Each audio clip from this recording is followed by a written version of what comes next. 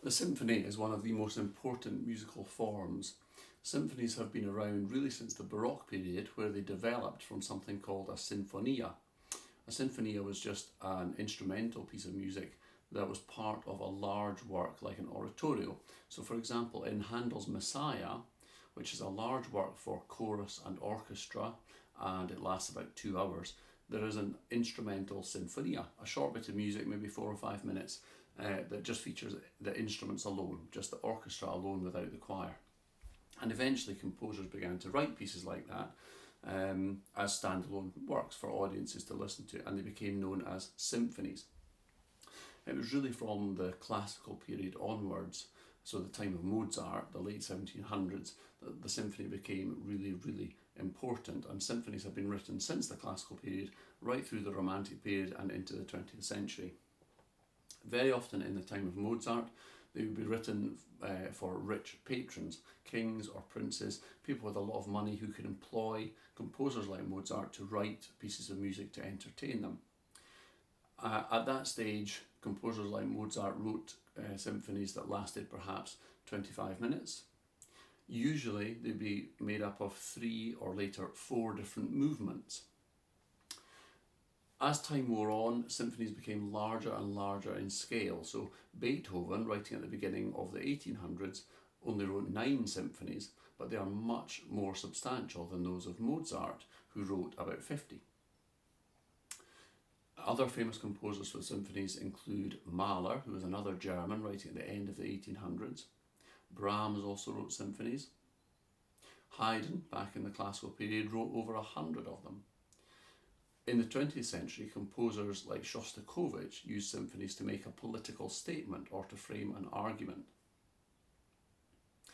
Although you may not think you know many symphonies, you will undoubtedly have heard lots and lots and lots. There are many, many famous examples. In fact, some of the most famous bits of music of all time are symphonies. For example, the opening movement of Beethoven's Fifth Symphony opens with this very famous motif.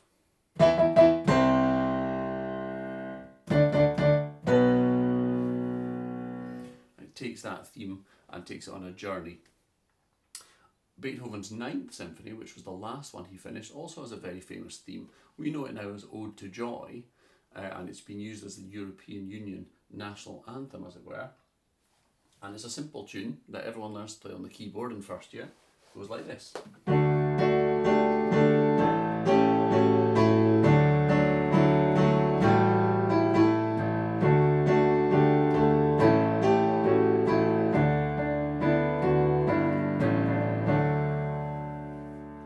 Now Beethoven managed to weave that melody, which he created of course, into his symphony, and that symphony lasts 45 minutes or more. It's very unusual in that the last movement actually features singers as well. Normally symphonies do not feature singers. Symphonies normally these days have 4 movements. Normally the movements are just labelled by the tempo, that is the speed of the music. So for example, the opening movement might be an allegro, which means fast. The second movement is often slow and expressive, so it might be largo, or it might have a tempo marking like that, which indicates that it is to be played slowly.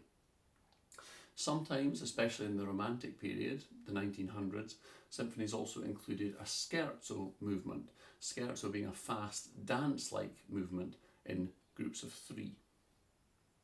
So that's the introduction to the symphony. Try to listen to some examples. You don't need to listen to entire symphonies, but try to listen to the openings and perhaps some of the second movement of some of the most famous symphonies, just to get a feel for what a symphony sounds like.